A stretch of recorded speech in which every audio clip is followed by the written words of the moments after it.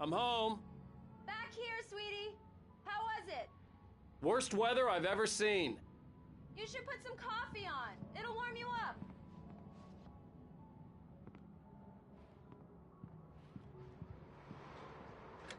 Coffee's on. Great, thanks. I'll need it if I'm gonna finish this by tomorrow.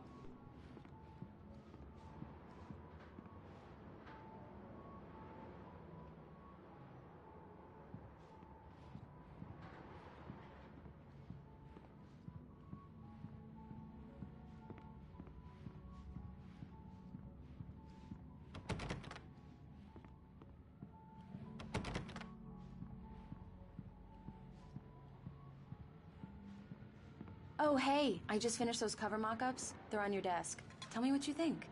No kidding. I didn't think you'd get them done this quickly. On occasion, I can perform all sorts of miracles, my dear. Oh, really? Well, you seemed to think so last night.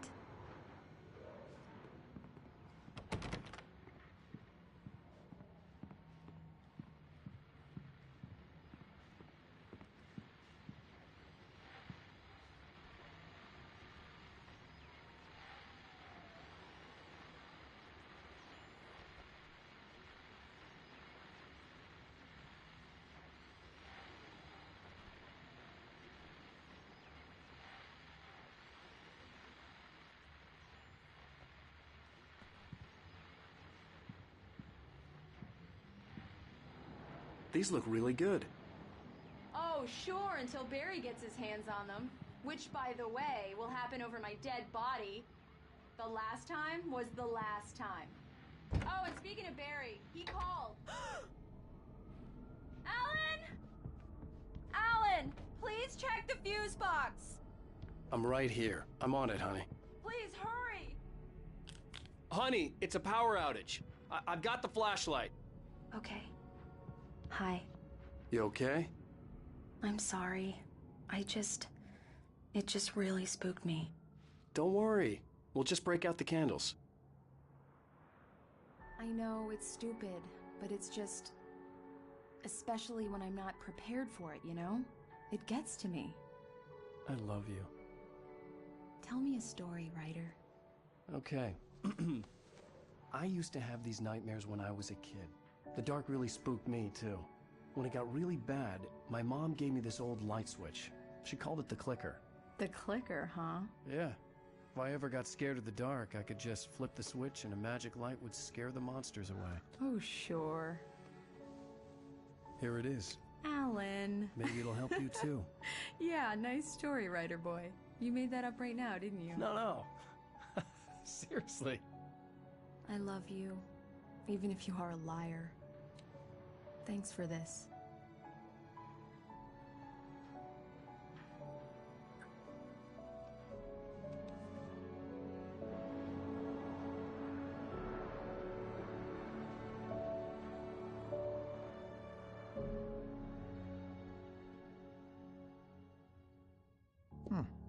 How do you feel, Mr. Wake? Any nausea, disorientation, anything like that? Mr. Wake, how are you feeling? I'm okay. My head's fine. I had to lie about my headache and memory loss. He'd send me to a hospital for tests. I couldn't leave without Alice. Very well. I don't think you have a concussion, but you've obviously been through quite a shock. You should take it easy for a couple of days. Thanks. Well then, Mr. Wake, we're done here. If the pain gets any worse or you experience any other symptoms, you should come see me. I'll let you get on with it then. Sarah, Sheriff Breaker, is waiting for you. She's very good at her job. I'm sure she can locate your wife in no time. Doc Nelson was the image of a small-town doctor. Sheriff Breaker had called him to the station to take a look at the cut in my head.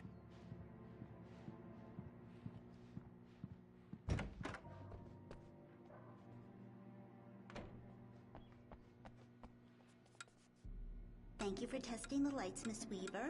Everything seems to be fine. I don't have the luxury of being complacent, Deputy Grant. The bulbs will need changing soon. You can't change them in the dark. I'll be sure to take care of it, Miss Weaver.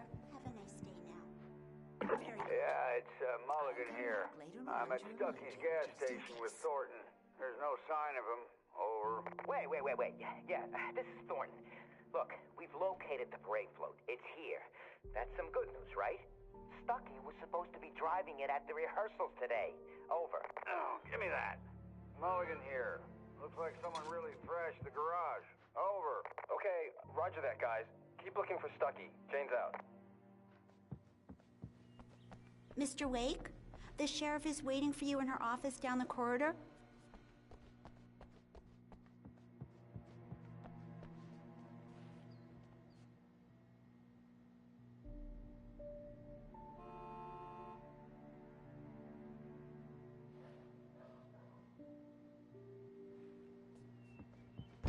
Come in, Mr. Wake. Your phone's on the desk. The battery was dead. It's charged now.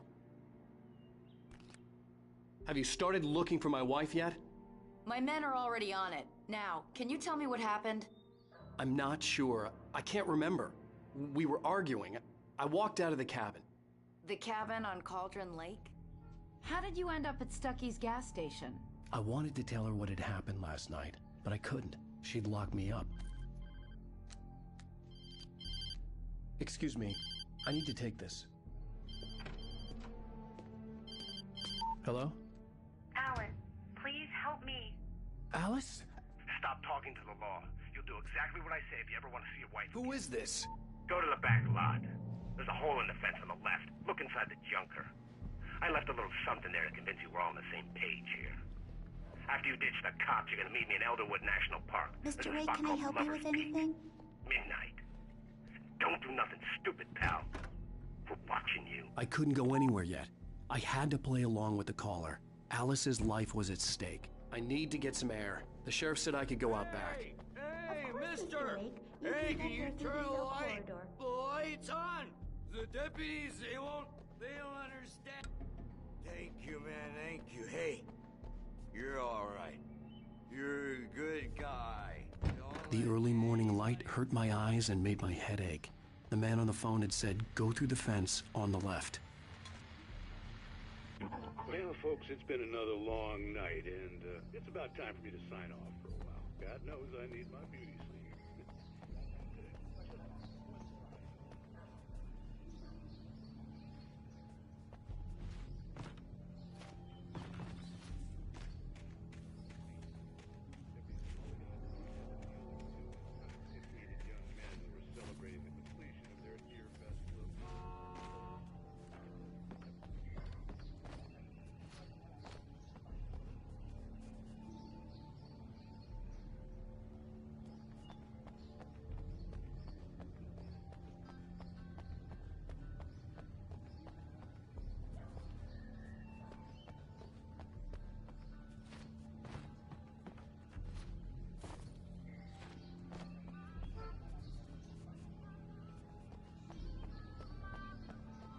The caller had told me to find a hole in the fence behind the police station. There was something for me in an abandoned car.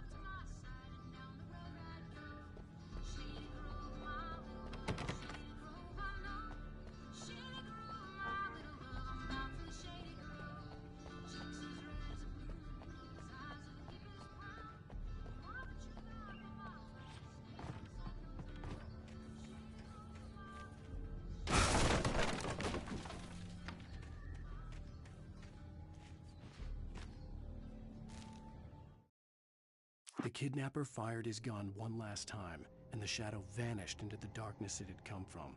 See? Nothing to it, Wake. The thought of Alice in his hands was revolting. We stood on the wooden platform of Lover's Peak, the waterfall on the mountain behind us, the lights of the radio mast blinking red in the heights above. I fought with the urge to take a swing, force myself to speak. Let's cut the act now. Where's my wife?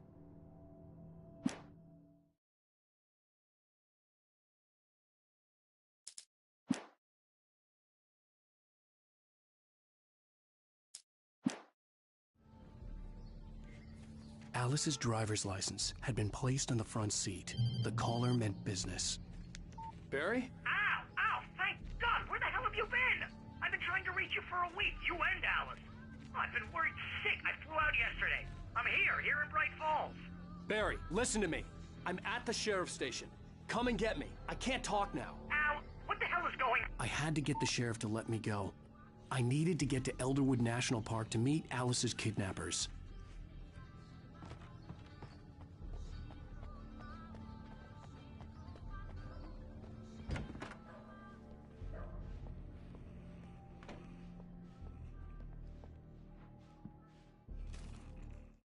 In spite of its human mask, to describe the Dark Presence as intelligent would have implied human qualities on something decidedly inhuman. Nonetheless, it found the one spot in the diner that was dark enough. Some light spilled into the corridor, ravaging it. But it took the pain. Horrible as it was, the writer would soon fix that. He would be coming to the one place where it still had power.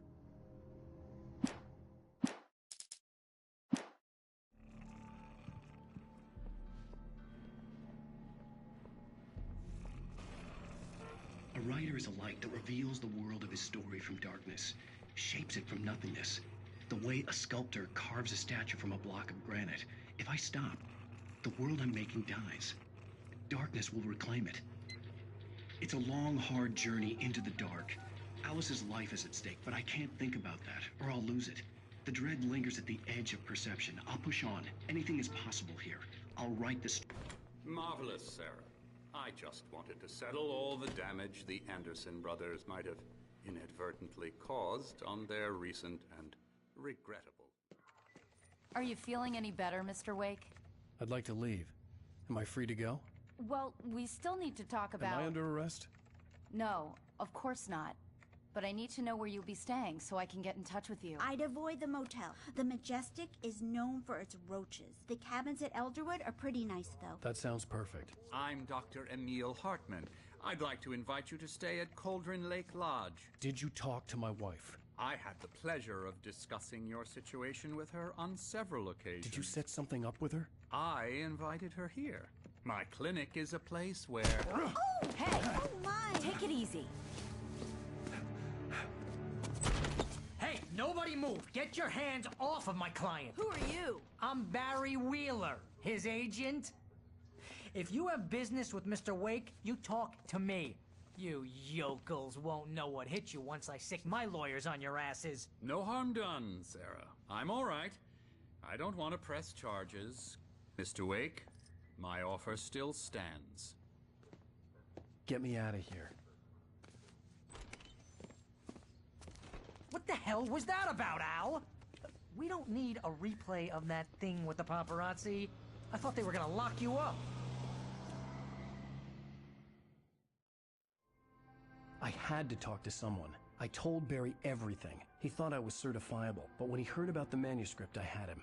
The fact that I'd written something, even if I couldn't remember it, was enough for him. He smelled money.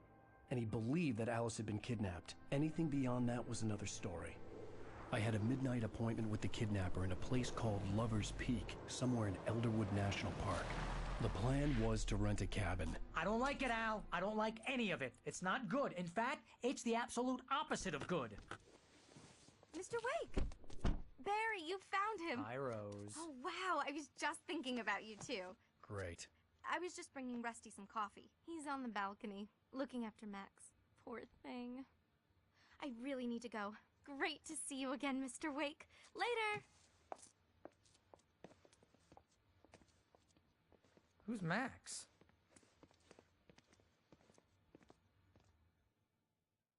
What an airhead. Jeez, Mr. Takes a swing at everybody. This is not her fault. She's a very nice girl and, more importantly, a fan.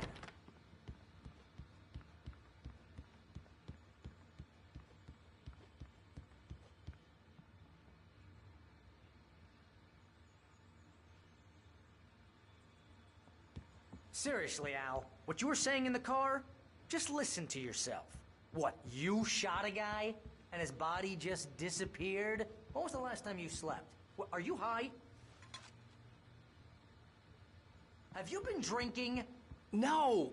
Look, Barry, I'm missing a week, and someone's got Alice. Do you understand what it sounds like when you say stuff like that? Don't get me wrong, it's a good story, could be a bestseller. But when you start confusing fiction with reality, you're buying yourself a ticket to the funny farm. All right, wait here.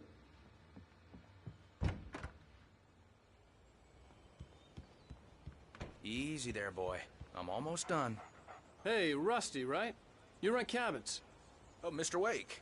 I'd shake your hand, but mine are kind of full here. Actually, I'm sorry about this. Would you mind grabbing the registration form from the desk? It's just across from Bucktooth Charlie. Okay, sure. Seriously, Al, you can't just go and meet a kidnapper. Those situations always end up in disaster. You gotta talk to the cops. She's my wife, and it's my call. Can we talk about this later? No. This whole thing... Listen, you hit your head. I think this is the form you wanted. And here are the keys. Okay, you're all set, Mr. Wake. Glad to have you staying here.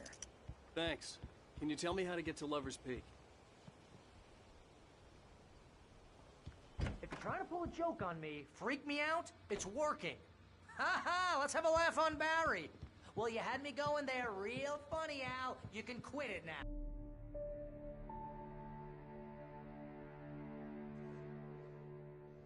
That's just crazy talk, Al. Al?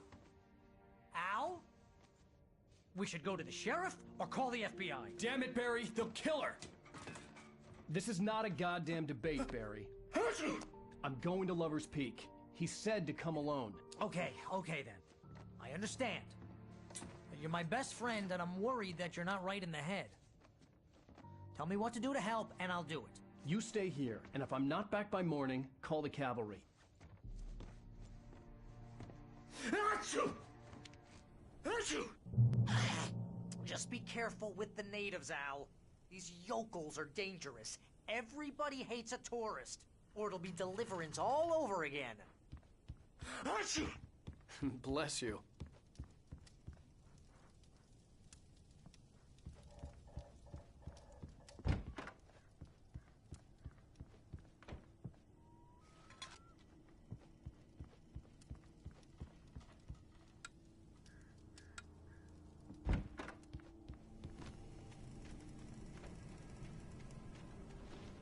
I'll wait here, Al. I'll hold down the fort. I'll be with you in spirit every step of the way, Al. Lock the door now.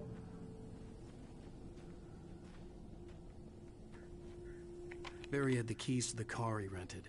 Wasn't a long walk to the visitor center, and it wouldn't be any use to me in the forest.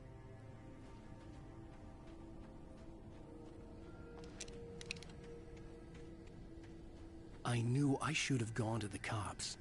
This wasn't the smartest thing I'd ever done, but I was still angry with Barry for trying to talk me out of it. These people had called me right in the sheriff's station. The cops wouldn't scare them, and they had Alice.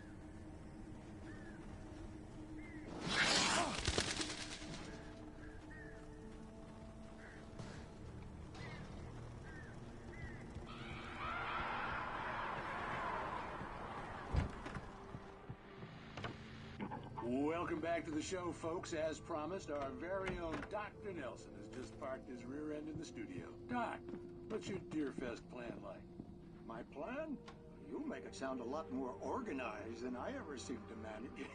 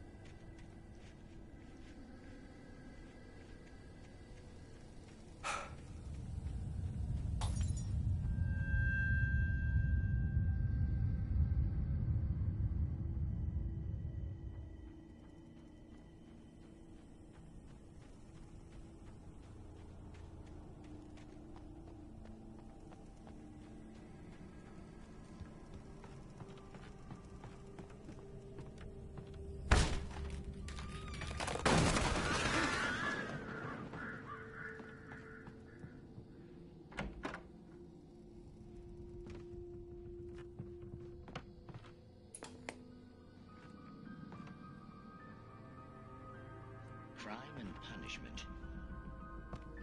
The cancer and cure of civilization.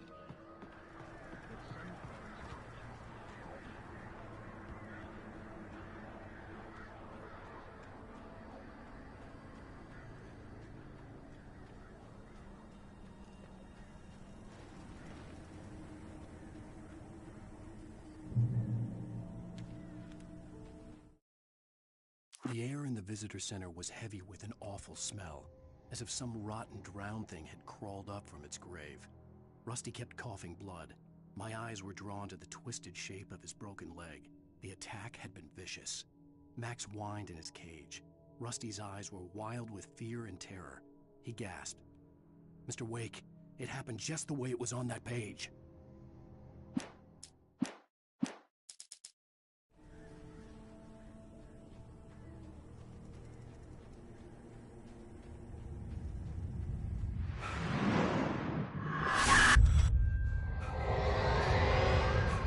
The vision left me weak. This was no head injury.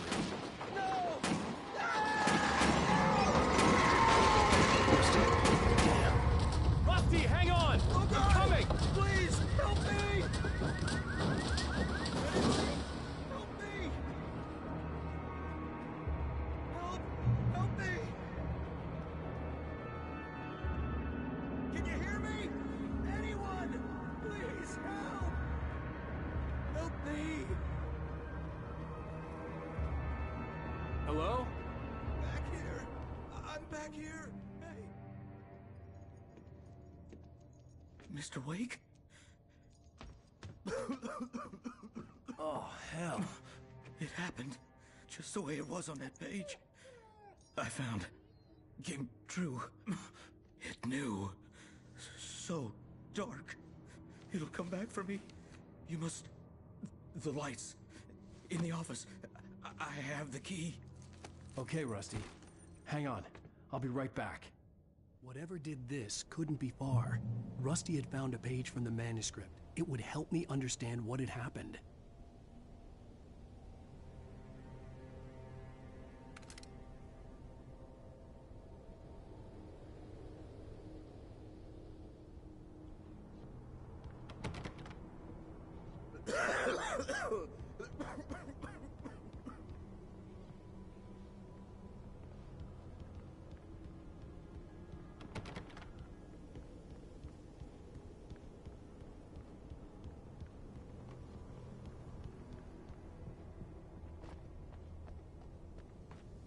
The only way to make sure that Rusty was safe was to get the power running and the lights back on.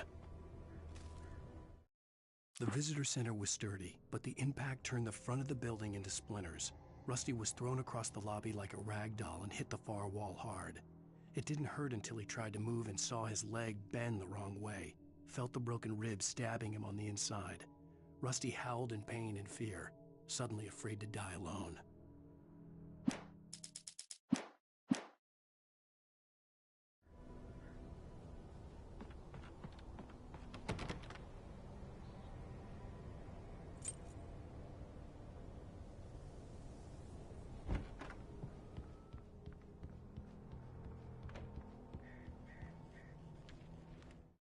At the last instant, I changed direction and threw myself down.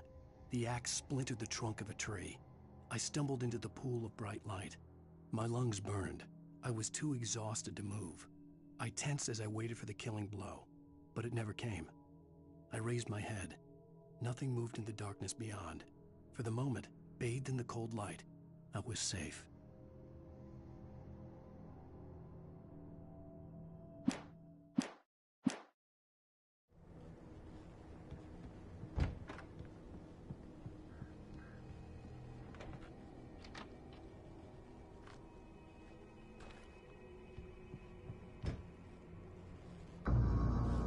I was too late. Someone had destroyed the circuit breaker. There was no way to get the lights back on. Rusty! The ground was covered with oily patches that looked like liquid darkness.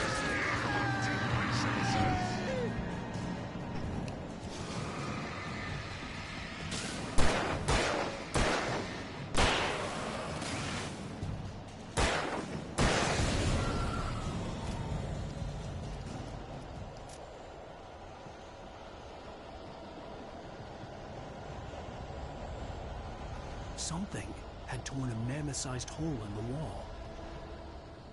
Please don't feed the animals.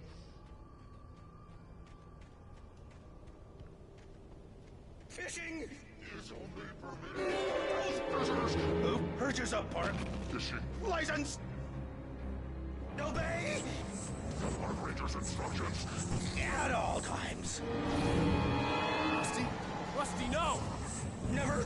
You approach closer than 100 yards. Two bears and wolves never approached any other wildlife closer than 25 yards. Pets must be leashed. At all times. Never leave your pet unattended.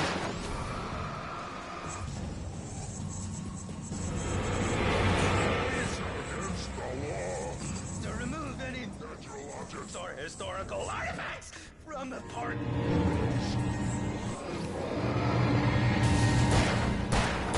This includes even rocks. You may find along the river. Even sepulchre.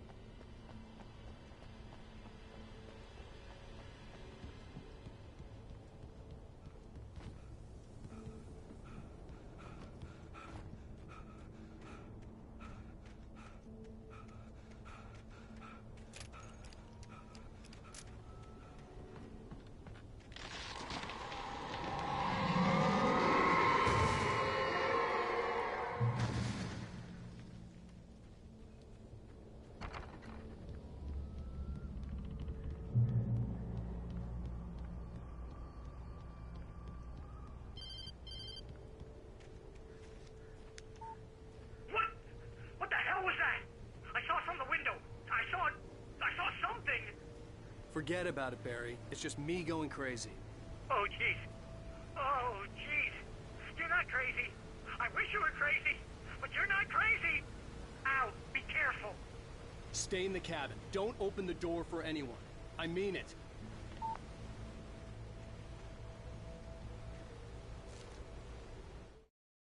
In that last instant of consciousness, Rusty thought about Rose.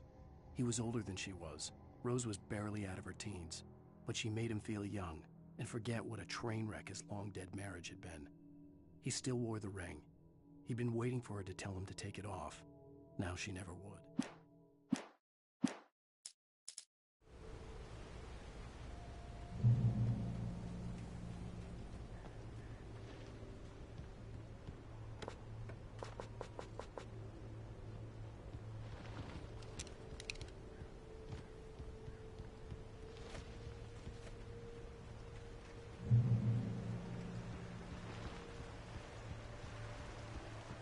Lover's Peak was at the far end of the nature trail.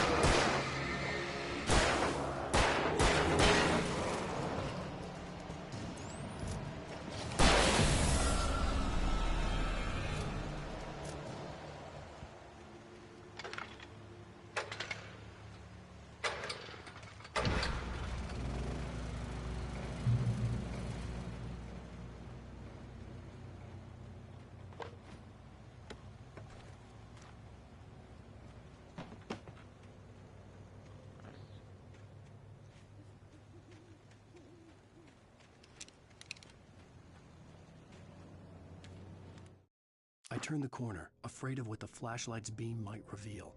Suddenly, a roughly painted symbol of a torch glowed in the light. Behind it, hidden by a rock, sat a battered metal trunk. It was here for a reason, packed with supplies, batteries, flares, ammo, things you need to make it through the darkness of the night. Something left behind by someone who knew what I knew, and more.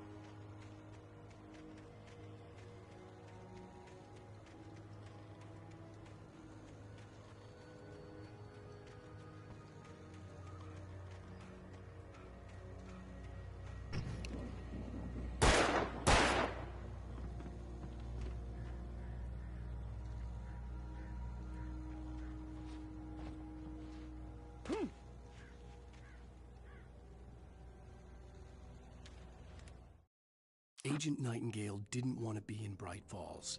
These little communities revolted him, and he didn't like the trees or the coffee. He now knew that impossible horrors lurked behind the storefronts and smiles. He desperately wanted to turn the car around and just drive until he passed out or ran out of road and booze. But he had a job to do. He had a rider to catch, at any cost.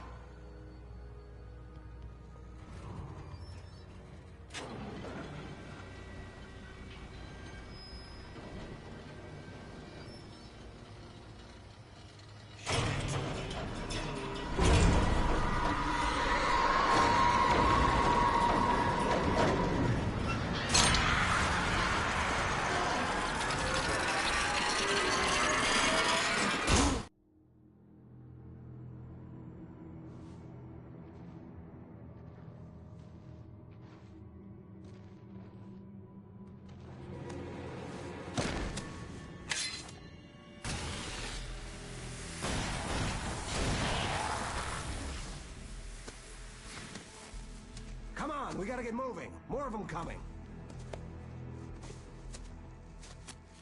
That flashlight's kid stuff. The flares will keep the bastards away.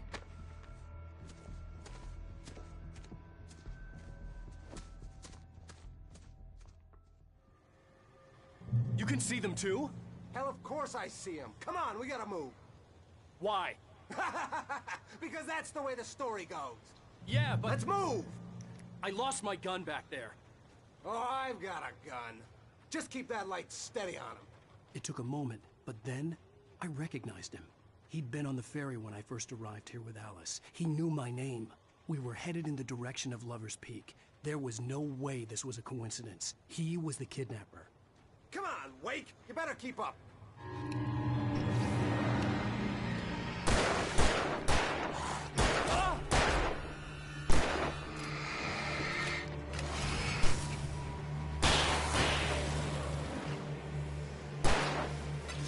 Bring it!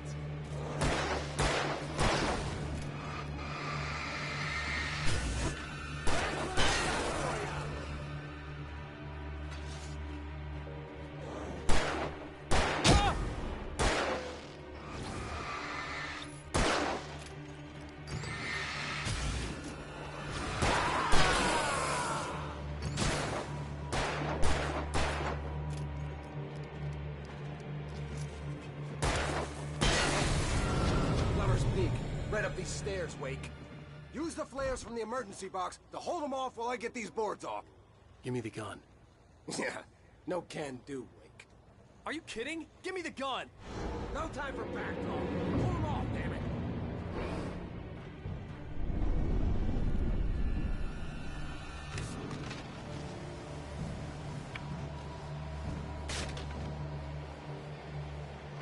Just a little longer. Scare them off. Get some light on those bastards. That'll keep them off us.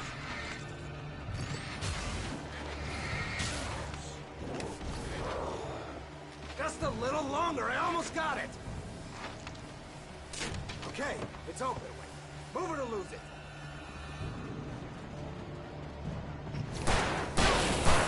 Stop fighting me! Like that, boy? Ah, nailed you. Oh, you feeling better now, Wake? All cozy and safe.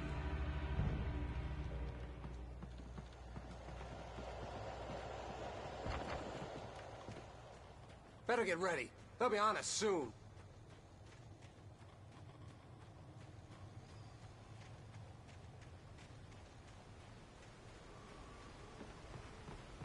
This is it, Wake. The last stand. There's more flares here. Get ready. We fight them as long as they keep coming. Give me the goddamn gun! They're coming! That's not how this goes. Get with the program, Wake.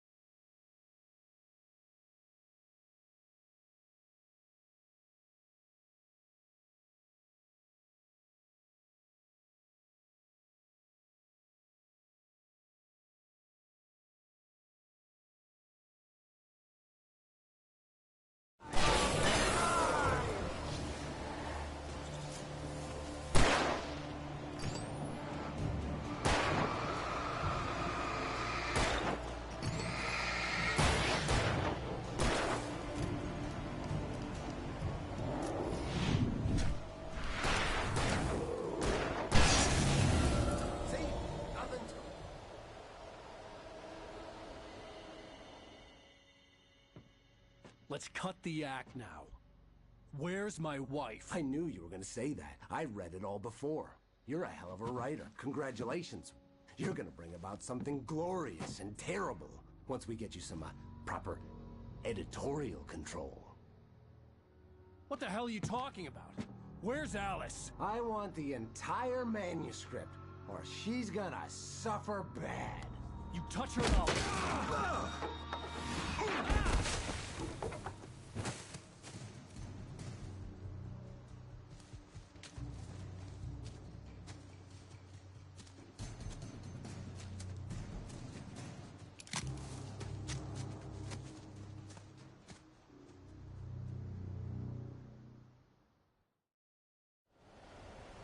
You're gonna give me the manuscript, or you'll be sorry! No! Come back here! I swear I'll kill you if you hurt Alice! Do you hear me? Come back here! He had Alice, and he wanted the manuscript because he thought it held some magical power. But I had no manuscript to give him. I had to get back to Barry and figure out my next move.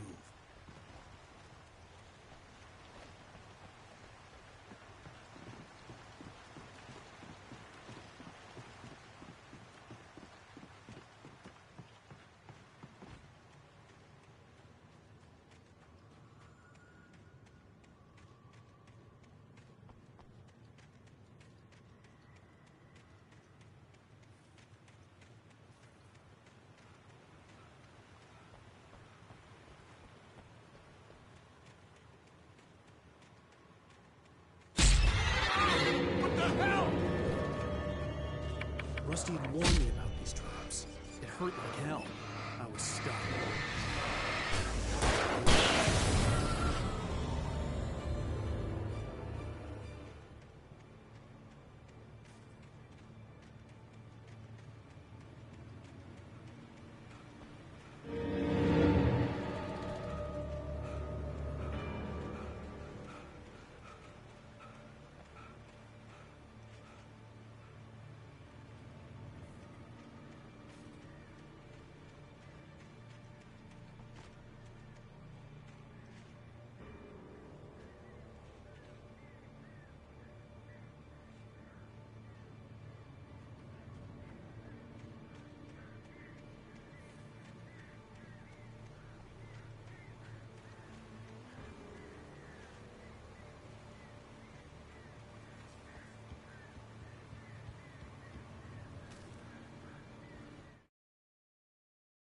Sarah didn't care about the legal threats Wake's agent had made.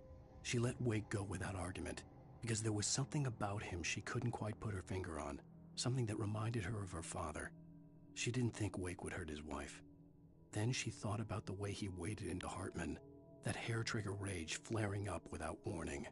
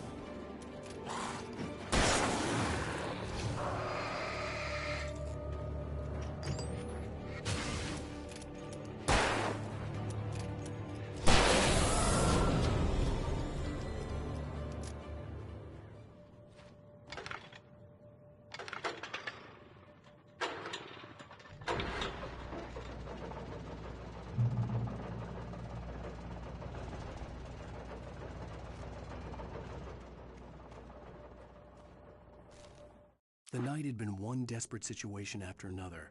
I was exhausted, and my body felt as though it had been chewed up and spat out. The flashlight was heavy in my hand, and each pull of the trigger sent a painful shock up my arm. But I was finally out of the woods, and things were looking up. That's when I heard the chainsaw.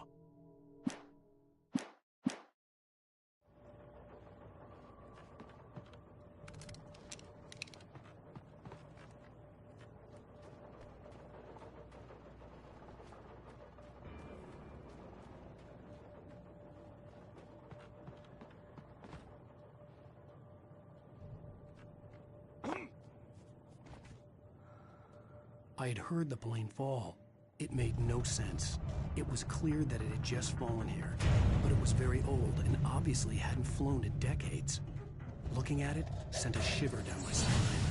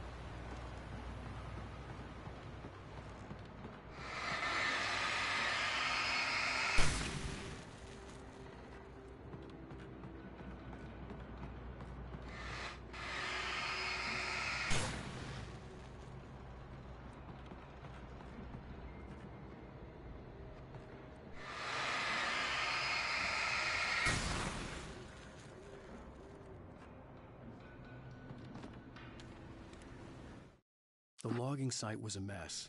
The modular office had been pushed off the cliff. Deputy Thornton climbed up from the wreckage excited, breathing hard from the exertion. Nobody there. It's weird. Don't you think that's weird? Bored, Mulligan let out a mighty snort. Hell, it's always weird, Thornton. Just a question of sorting out what kind of weird it is this time around.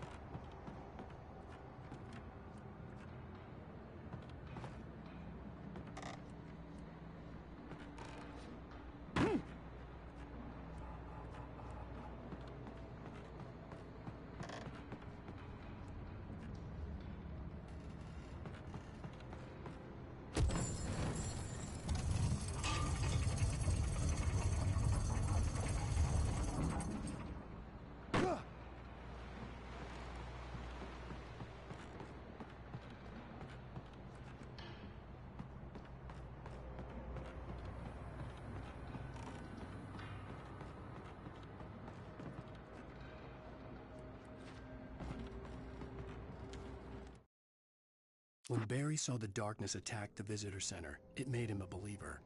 The men Al said he'd shot, they hadn't been just locals on crank.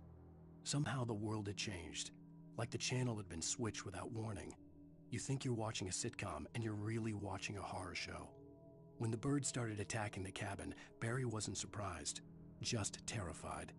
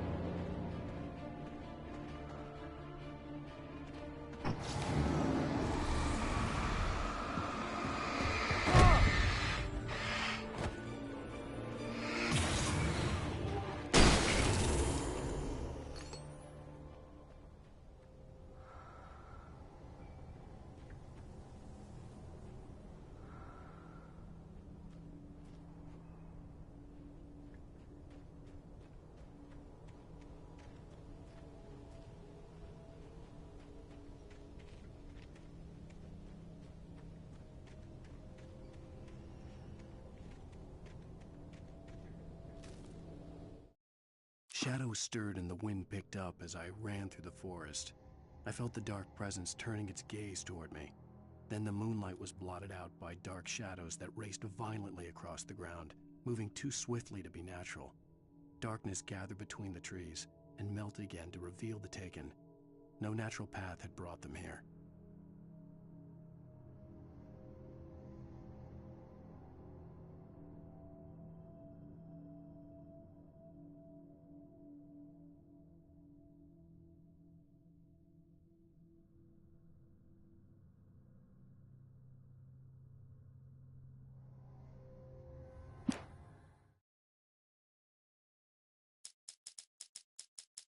On more than one occasion, Alice had tried to explain to me how it felt to be afraid of the dark. To her, darkness wasn't simply the absence of light, but something more tangible than that. It was something you could touch and feel. Worse than that, it was something with a mind of its own, something malicious and malign. For her, things changed when they were wrapped in darkness. They turned into something else, something foreign, and nothing was safe or innocent anymore. I'd never really understood what she meant, until now.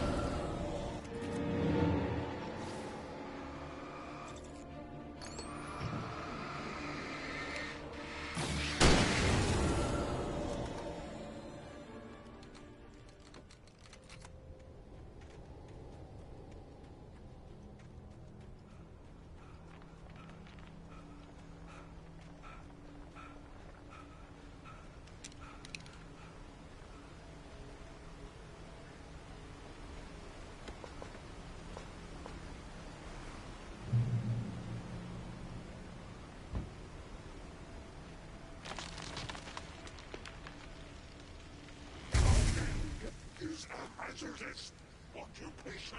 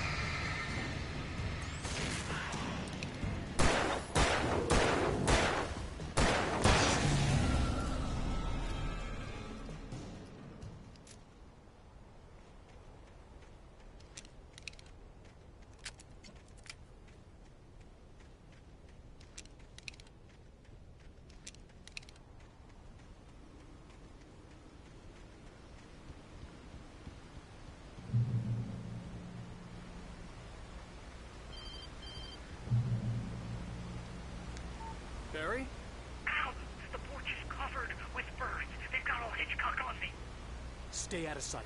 I'm on my way. Don't open the door. What, am I crazy?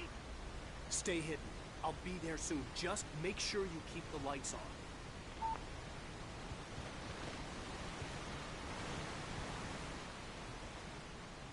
I still had to reach Barry at the cabin, but at least I was out of the woods.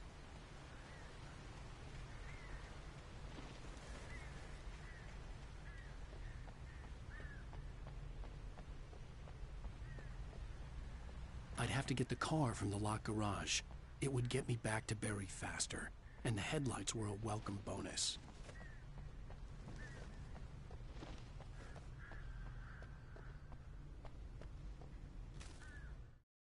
The FBI agent's command froze me in place. I considered surrender. It was all falling apart anyway. I could give in, let someone else deal with it, but it felt all wrong. Call it instinct, his posture, the way he held the gun. He was no friend. Shots ringing in my ears, I leaped for the hole in the fence and stumbled into the darkness beyond.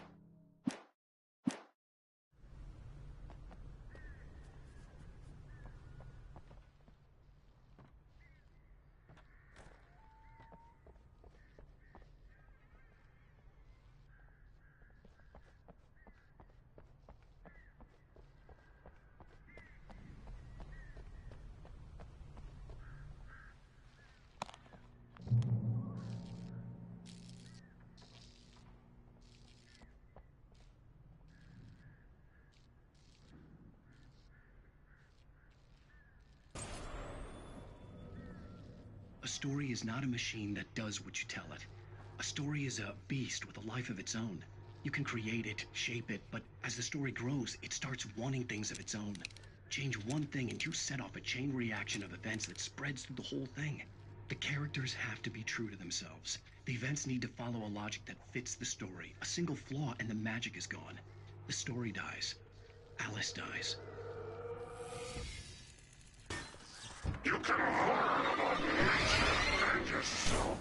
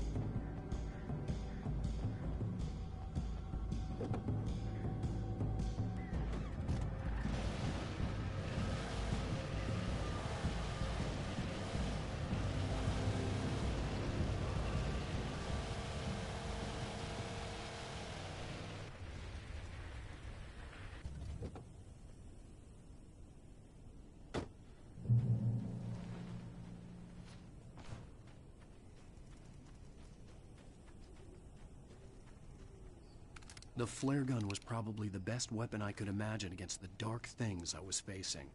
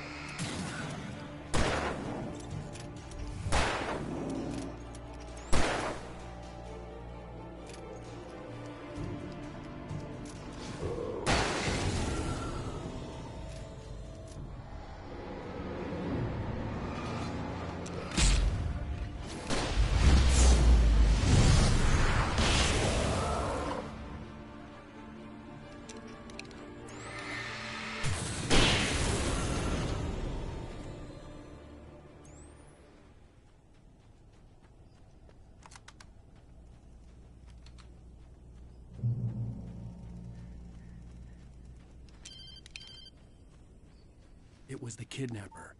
You son of a bitch! Where's my wife? Enough horseplay, Wake. You deliver the manuscript, and you can have your woman back. Simple as that. I don't... Listen. I'm gonna need time to finish it. I still need to write the ending. I need a week. Not done? I need a week. 2 days. The old Bright Falls coal mine is nearby. You can find it easy, city boy. The main building, there at noon. You bring the manuscript, you get your wife. If not, well, get me? Yes, I get you.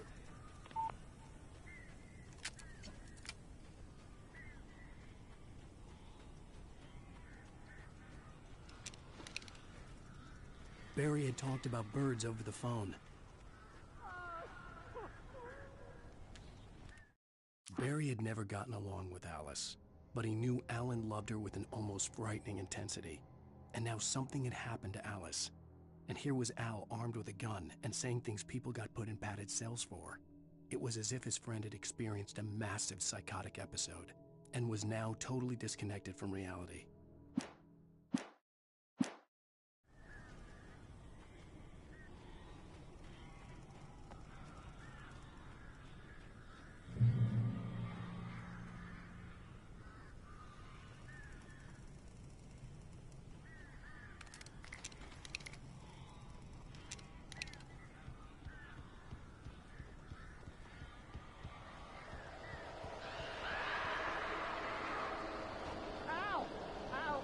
So glad you're here.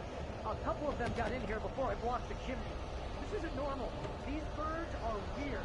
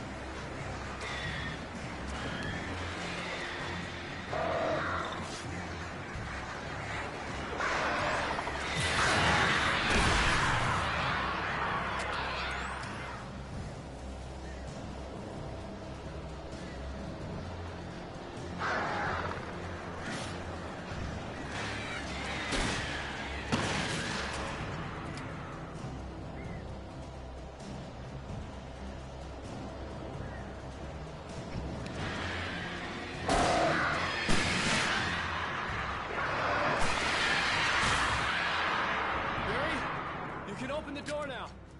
They're gone. Hey, Al. I'm sorry for thinking you were having a psychotic episode, man. I sent Barry to the town to ask around about a man fitting the kidnapper's description. He'd go through the archives of the local paper. Perhaps he could learn something. Anything about the island and the cabin that had disappeared. The man wanted a manuscript. I had to try to write him one to get Alice back.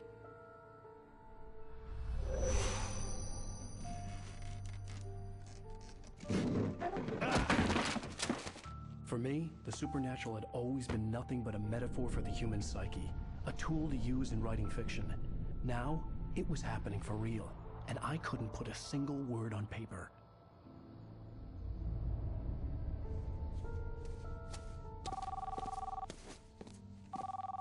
Barry Wheeler speaking. This is Rose. Rose? I found Mr. Wake's pages. Oh, you sweet, brilliant girl. Could you and Mr. Wake come get them? I live in the trailer park outside the town. We'll be there in less than an hour. I know. See you soon. Have a great day. Hope you come back soon. Welcome to the Oh Dear Diner. Good girl.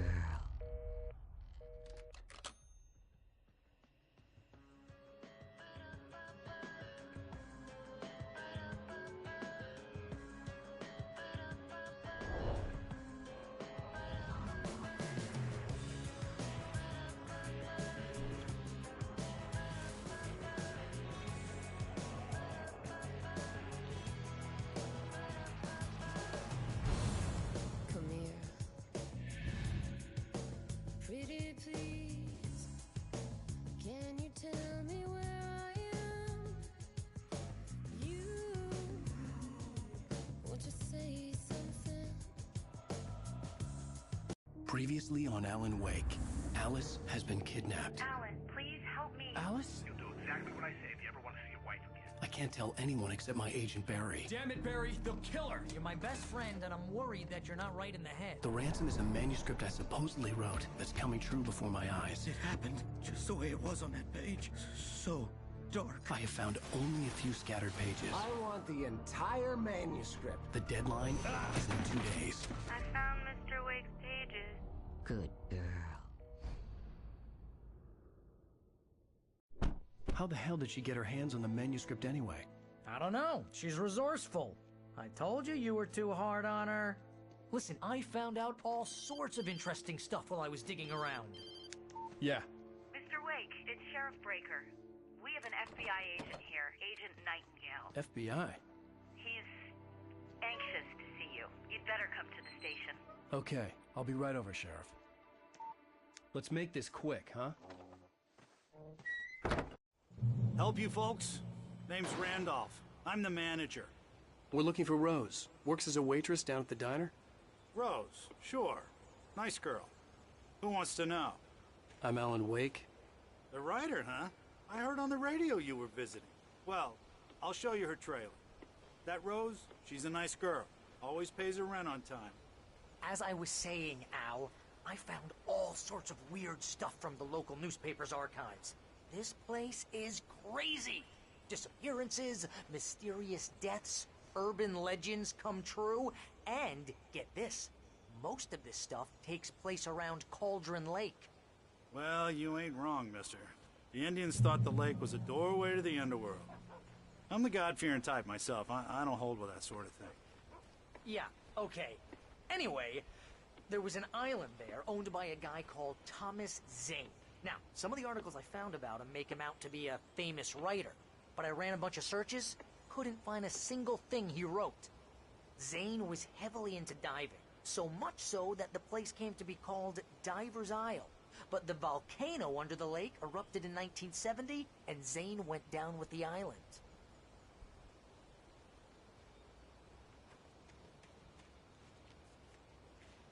Yeah, how about that? It was there in the morning, as if it had fallen from the sky. But it would take a tornado to lift something like that. We're damn lucky it didn't crush any of the trailers.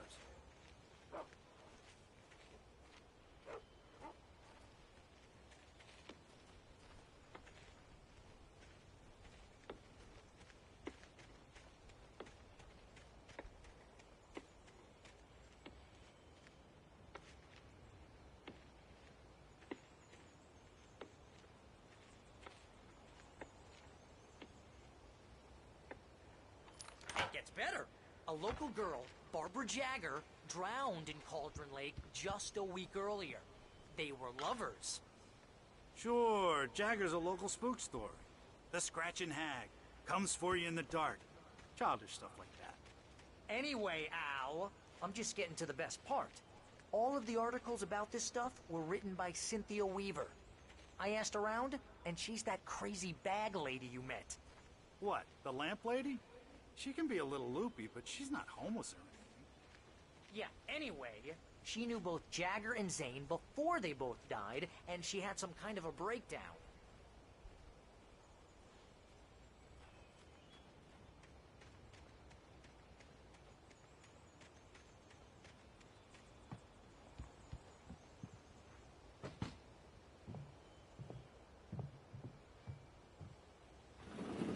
Welcome to... Oh dear, Mr. Wake. I'm so glad you're here. Rose, you have my manuscript? Oh. Oh yes. Yes. Please, come in. Hey, this is really good. Rose, Yes, my manuscript. I really need it. I understand. I know what you need. A muse to inspire you. Oh, for Barry? She doesn't have anything. Yeah, hey, Al? Al, what's... Oh... Barry! What? What?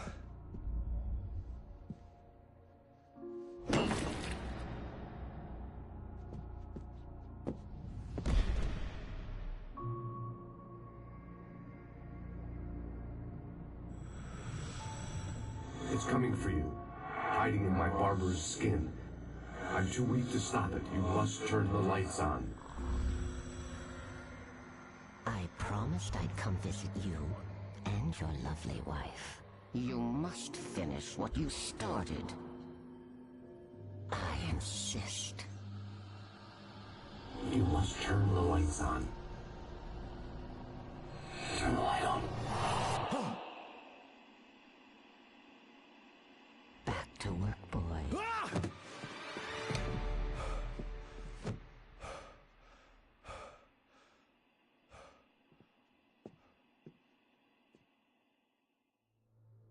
I felt nauseous, hungover. Only anger kept me going. I can't tell reality from dream anymore, but it seems I have an imaginary editor to help me. She's an old woman in a funeral dress. I call her Barbara Jagger. She's very strict. I'm writing faster and faster.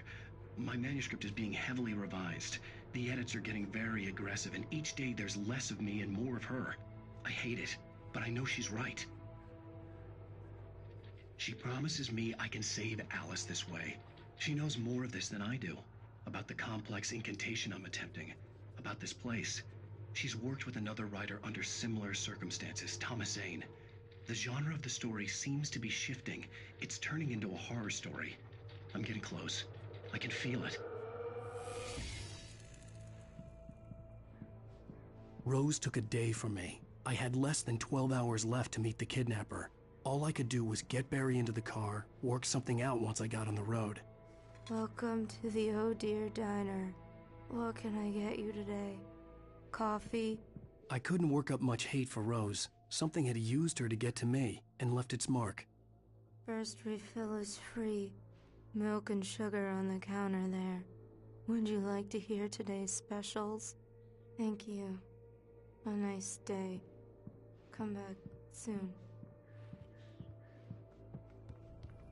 My gun and flashlight were gone. I'd have to find a way to get... Mr. Randolph liked Rose. That little smile she had. How she was still sweet when life had tried so hard to make her bitter. It wasn't any of his business what she did in her trailer. But those strangers, the writer and his smart-ass sidekick, looked like trouble. And they'd been in there for hours, way past her normal bedtime. He reached for the phone and called the sheriff's station. Hurry into the car as quickly as possible. There was no time to waste.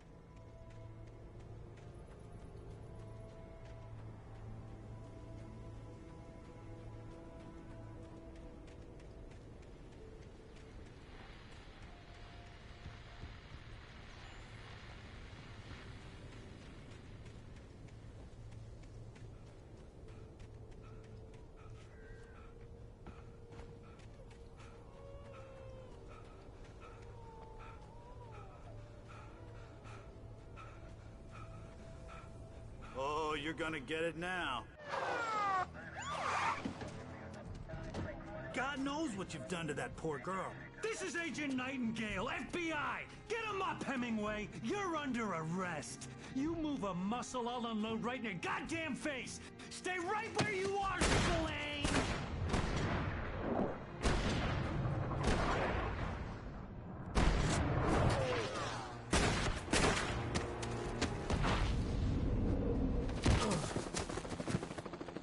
What are? I'm standing right here, you goddamn maniac!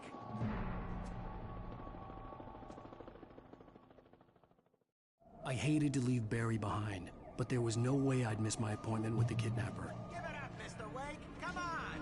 Make it easy on it. He can't let him get away. Move it, move it, move it! I'll have you shot if you let him get away. He was right there.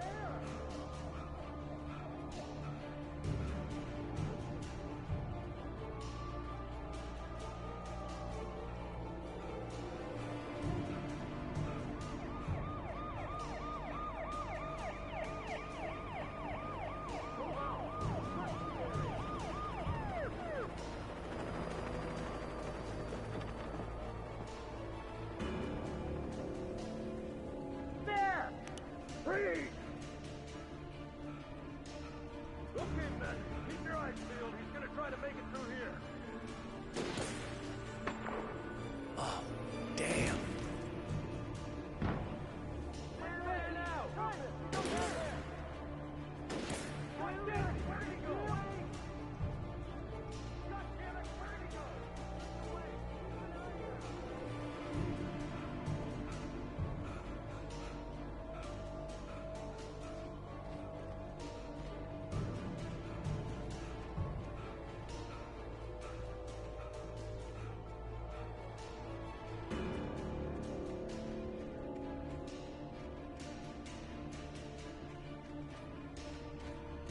God!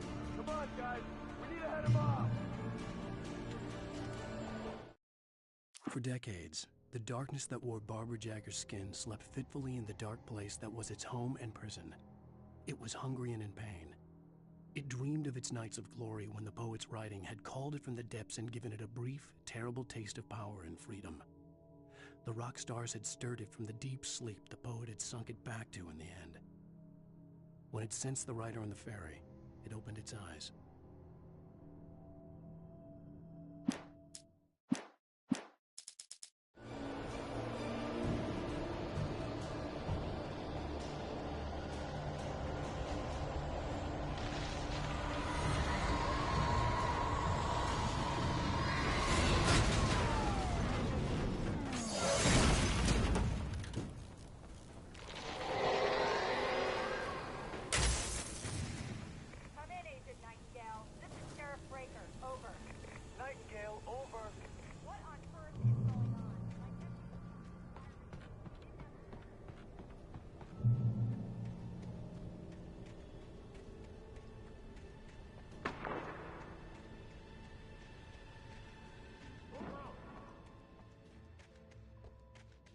Search the area!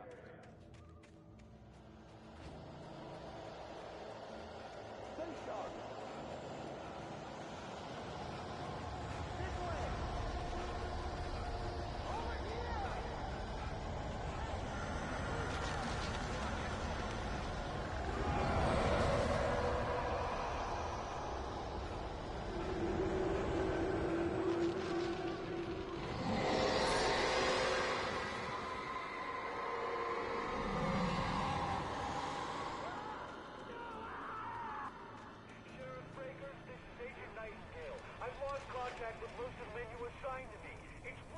This horror was everywhere I went, circling me. The cops didn't stand a chance. They were after a writer, not a monster. He's the guy we're chasing. If it's not him, who then? Bigfoot? Over. I don't know yet, but I'm not in the habit of jumping to conclusions. That tends to come back and bite you in the ass. Out.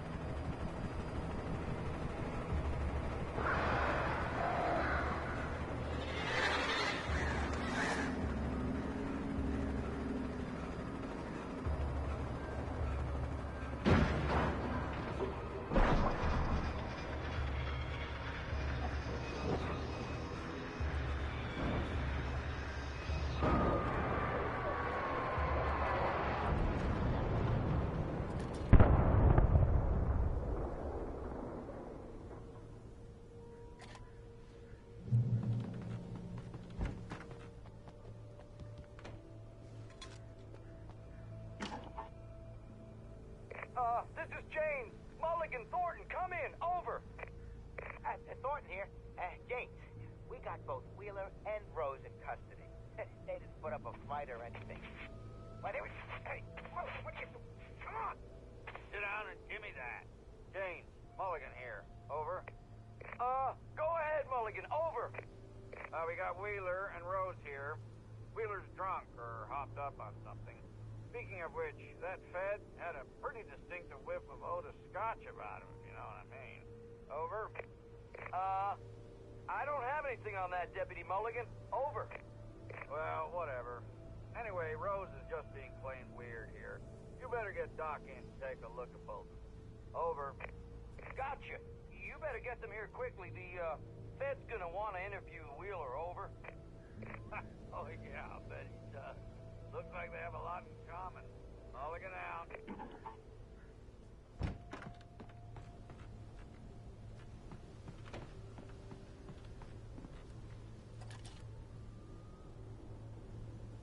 I could see the lights of the radio station in the distance.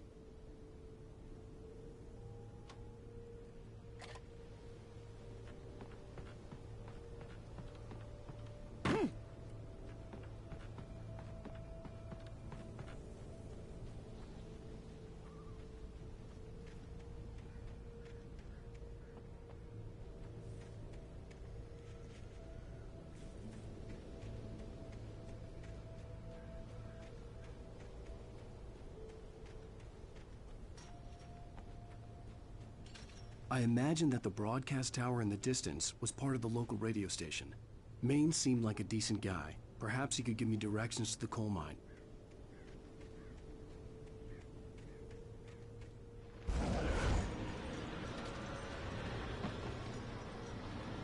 Unnatural shadows clung to the gate. The darkness that was after me was trying to slip me. I wouldn't get through without a light.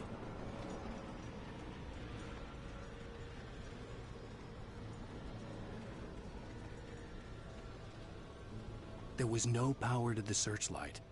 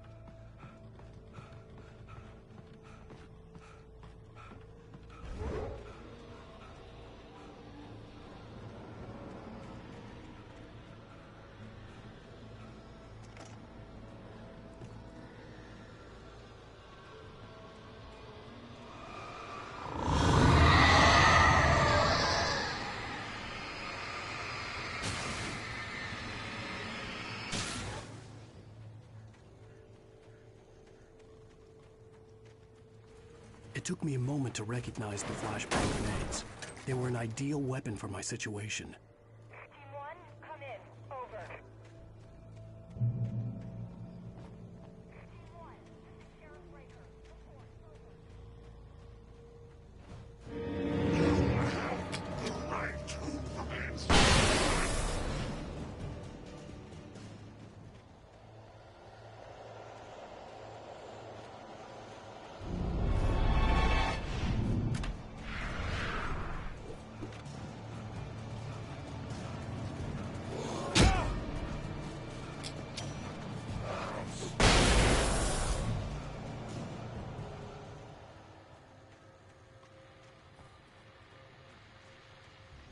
And here's another call. You're on KBF-FM with Pat Maine. It's Milt Peabody, Pat. What's on your mind, Milt? Well, I live near the trailer park, Pat, and there's a big ruckus going on over there. Well, that's just up the road from me, too. What's going on, do you know? I don't know, but there's a bunch of police cars there, lots of sirens, helicopters buzzing around, and I think...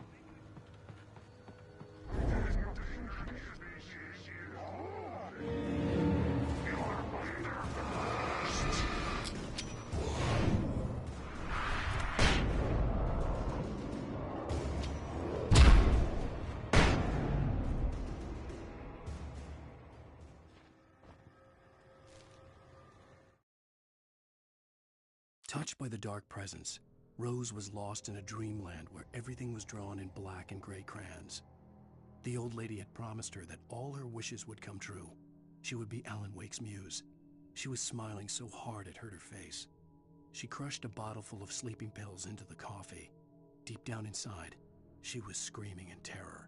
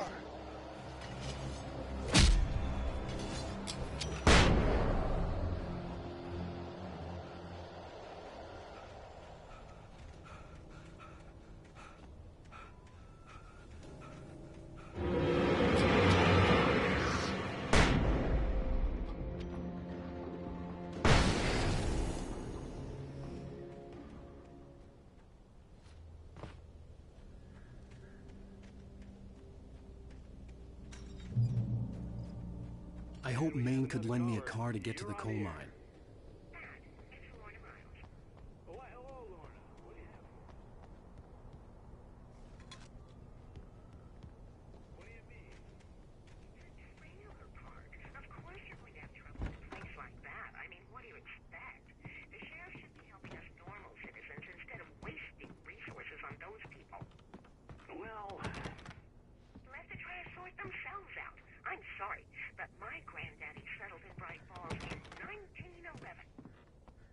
Thank you very much for that compassionate viewpoint, Lorna.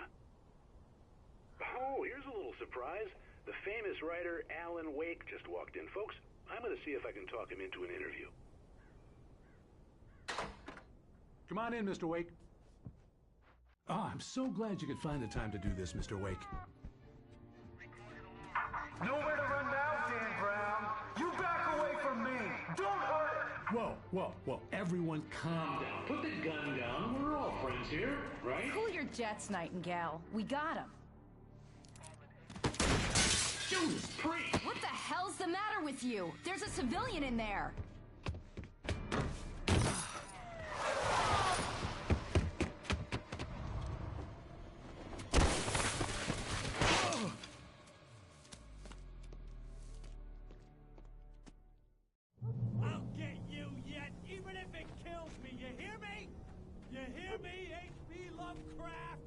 I had fallen off so many cliffs it was ridiculous.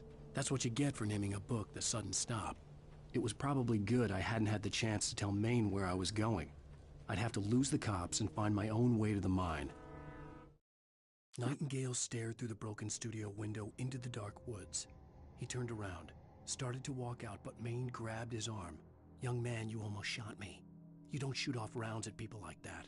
What's the matter with you? Nightingale shook his arm free, marched out, his cheeks burned with rage and humiliation.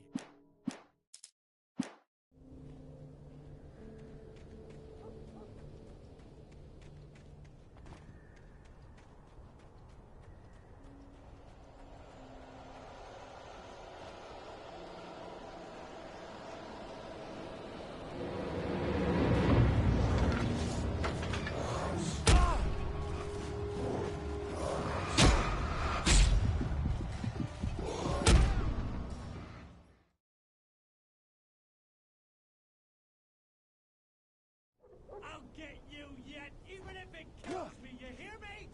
You hear me, H.P. Lovecraft? I had fallen off so many cliffs it was ridiculous. That's what you get for naming a book The Sudden Stop. It was probably good I hadn't had the chance to tell me. Nightingale stared through the broken studio. Maine where I was going. I'd have to lose the cops and find my own way to the mine.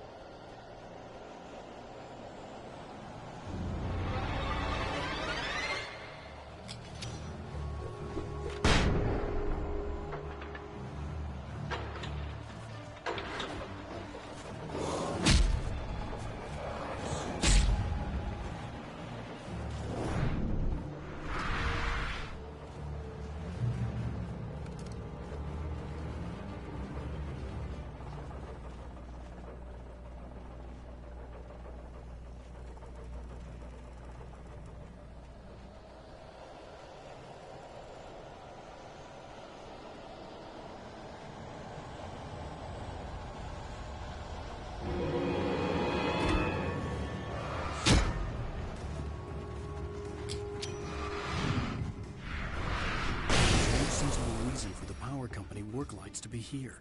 It was almost as if they'd been left for someone like me to use.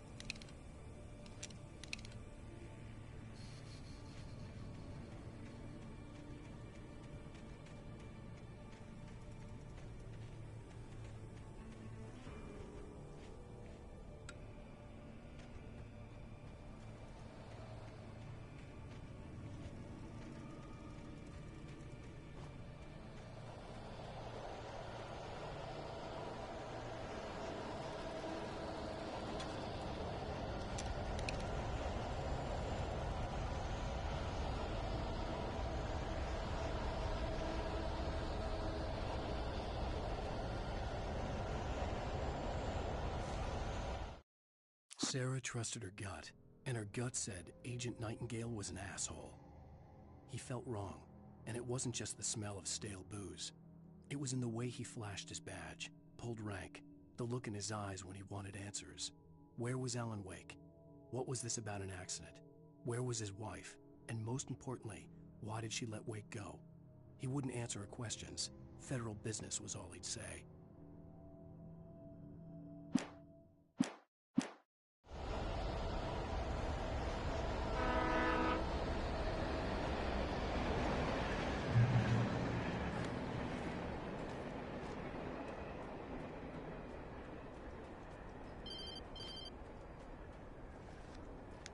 Hello? It's an most stubborn man I've ever met. Alice? Alice? Alan, I'm so afraid. It keeps me in the dark. Please help me.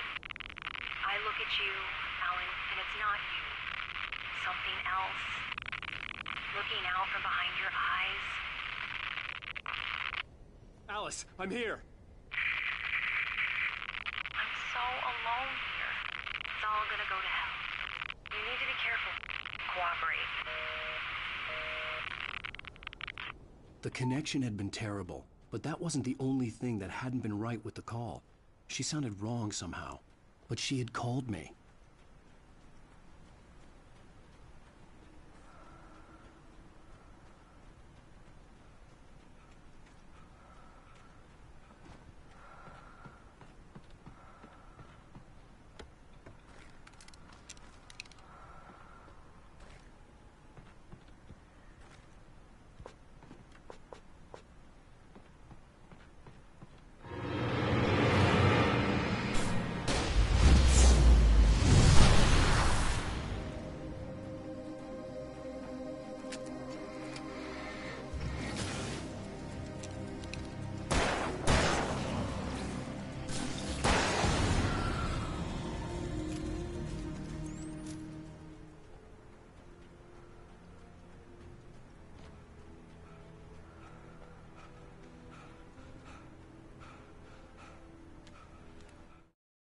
The pipe wrenched itself loose from the bridge's steel framework.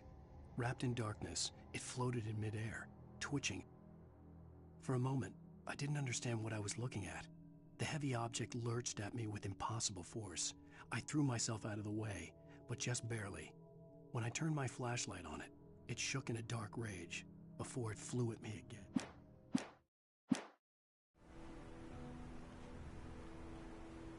I could see a railway bridge up ahead, and a warehouse of some sort on the opposite shore. I hoped I could find a car from there.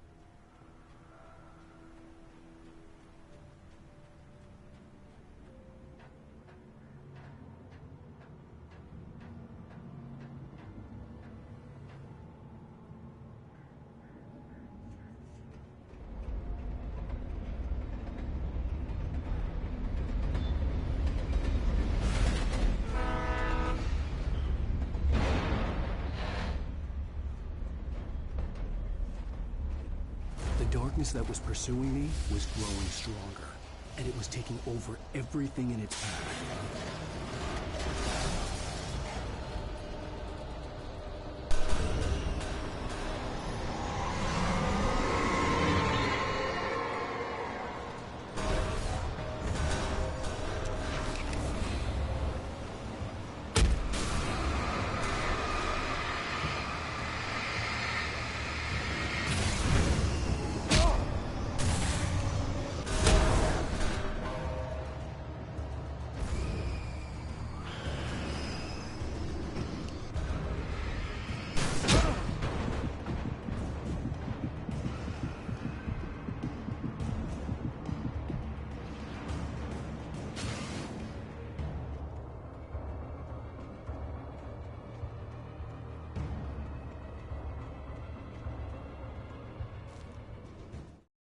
I slammed the door shut right in his smug face.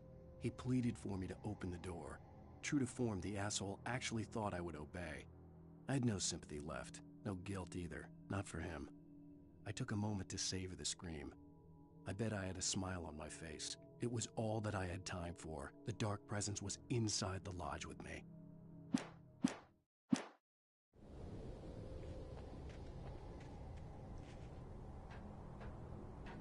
As a teenager, just starting to get interested in writing, Stephen King had been a source of inspiration to me. I thought about all the inanimate objects that had come to life in his books. No one is safe in a good horror story. Certainly not the protagonist. That's what makes them fun. This was anything but. The darkness could possess anything, and it was getting closer.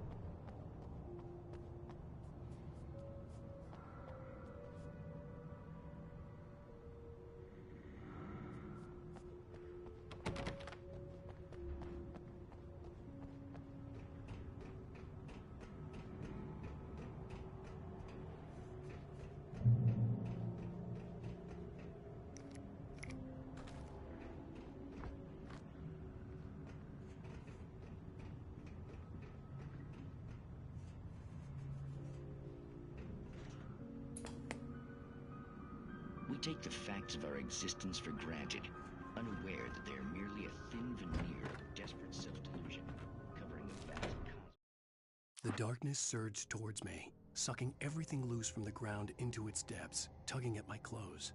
I saw the flare the kidnapper had dropped and threw myself towards it just as I felt my feet leave the ground. The darkness embraced me with the force of a tornado. Somehow I managed to light the flare. The darkness roared and cast me away. I fell toward the dark waters of the lake far below.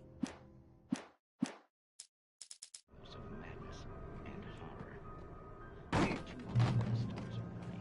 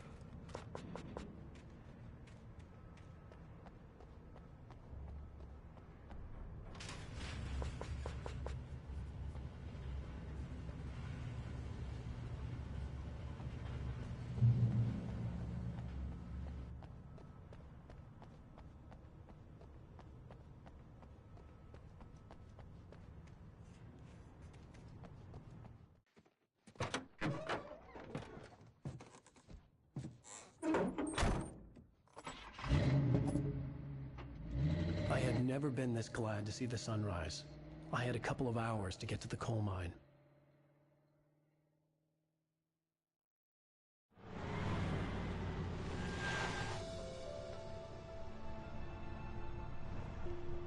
The coal mine wasn't far now.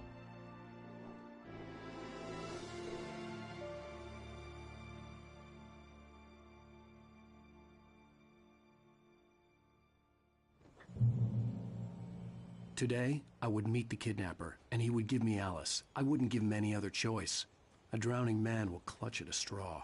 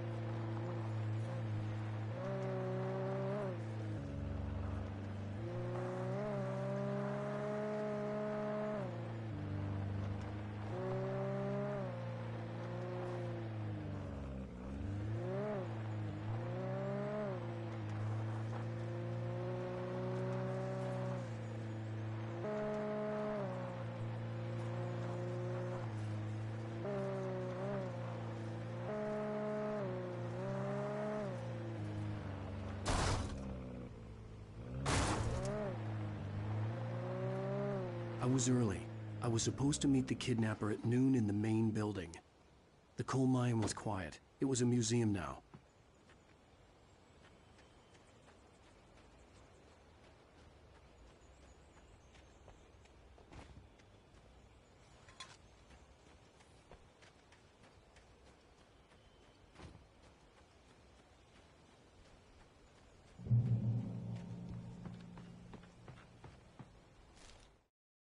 With Nightingale gone and the night wind blowing in through the broken studio window, Maine stared at Sarah.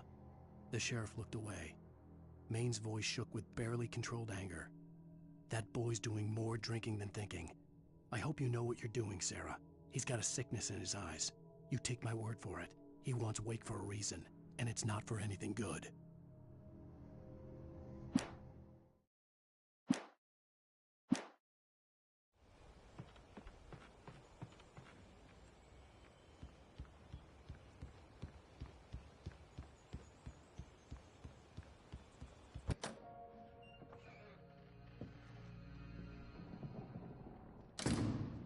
I didn't want to go outside. Cops had to be looking for me. The noon sun turned the place into a sauna. The day dragged on. Different scenarios ran through my mind. Ways of how I'd torture the kidnapper to get Alice back. Or the different horrible things he could have done to her. I imagined her dead.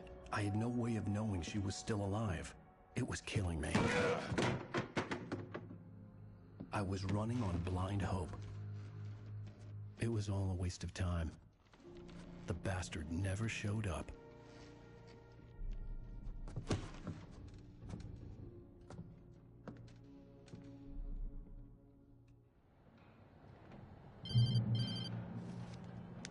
Wake! Where the hell are you? Change of plans. You know where Mirror Peak is? It's a big mountain north of where you are. You follow the path from the mine, you can't miss it. There's a lookout point there. I'll be waiting. I'm through being jerked around by you. You want to see your wife alive? Because if you do, you better watch what you say to me. Do we understand each other? I want to talk to Alice. Yeah, and I want the manuscript. Don't keep me waiting, Wake. Hello? Hello! Ah! I'm gonna kill him! I had to get to Mirror Peak.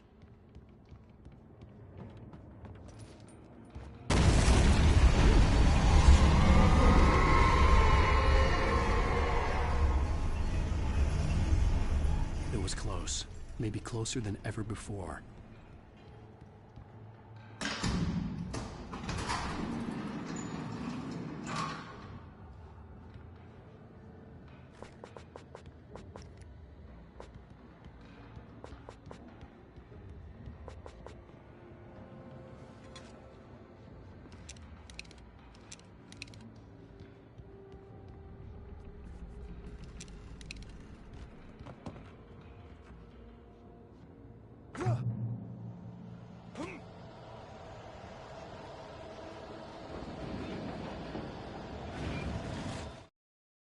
When Thomas Zane fell for Barbara Jagger, it happened fast. She was young, vibrant, and beautiful, full of life. He had never been a very happy man, and without any seeming effort, she had changed all that. Zane felt good for the first time in his life. Everything she did was another piece of a jigsaw puzzle he hadn't even known he'd been missing. And best of all, she made the words flow, strong and sharp. She was his muse.